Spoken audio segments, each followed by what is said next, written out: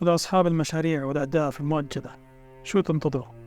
الوقت المناسب لتبدأ؟ متى هذا الوقت؟ عندما تكبر؟ أو يقل وزنك أو يزيد؟ تنتظر يكون عندك الجو المناسب أو مزاجك مرتاح؟ أو يكون عندك الأدوات أو الأموال؟ تنتظر الإرشاد أو التشجيع؟ أو تنتظر شخص آخر لينجح لتأخذه كمثال وتقلده؟ ليش دائما تقارن نفسك بالآخرين؟ كل شخص يتخذ طريقه الخاص فيه، حتى الشخصية والأسلوب راح يختلف لو حاولت تقلد. وكيف تعرف لو عندك كل الأدوات والأموال أنك راح تنجح بنفس طريقتهم وأسلوب؟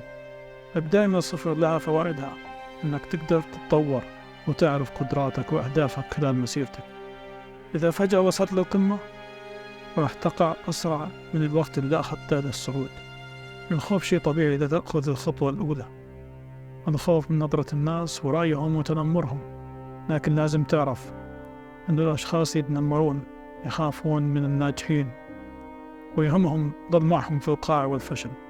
لا ينجحوا في شيء فلا تنضم لهم، لا تخلي لرأيهم أهمية. وليش لهم أهمية عندك؟ ما راح يقفون معك لا بالفشل ولا بالنجاح.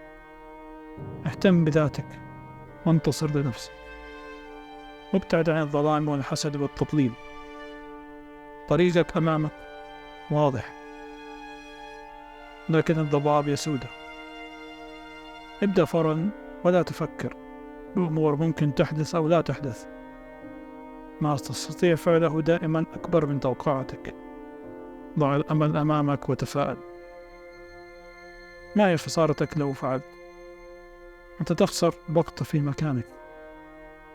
ابدأ الآن، ثم فكر، ثم خطط، لأن بانتظارك أنت الخاسر الوحيد في هذه المعادلة، ليس هم بل أنت. تذكر ذلك.